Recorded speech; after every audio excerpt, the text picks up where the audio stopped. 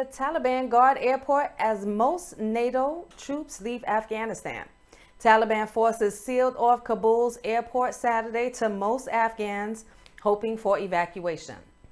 As the U.S. and its allies were ending a chaotic airlift that would end their troops 2 decades in Afghanistan, Western leaders acknowledged their withdrawal would mean leaving behind some of their citizens and many locals who helped them over the years. And they vowed to try to continue working with the Taliban to allow local allies to leave after President Joe Biden's Tuesday deadline to withdraw from the country. Although most of its allies had finished their evacuation flights, the U.S. planned to keep its round-the-clock flights going into the deadline, saying 113,500 people have been evacuated since August 14th, the day before Taliban claimed Kabul.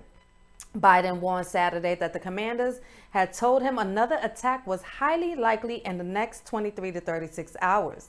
And the U.S. Embassy issued a new warning early Sunday for all Americans to avoid the airport area entirely. Britain ended its evacuation flight Saturday, though Prime Minister Boris Johnson promised to shift heaven and earth to get more of those at risk from the Taliban to Britain by other means.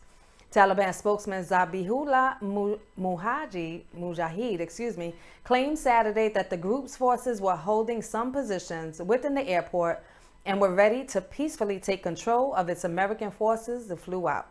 But Pentagon spokesman John Kirby denied the claim, and the Taliban did deploy extra forces outside of the airport to prevent large crowds from gathering in the wake of Thursday's bombing.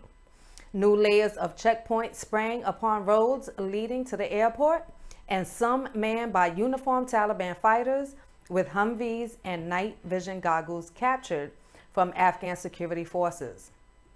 Areas where the crowds had gathered over the past 2 weeks in the hopes of fleeing the country were largely empty. Officials said U.S. forces were taking every precaution at the airport as there were concerns that IS, which is far more radical than the Taliban, could strike again.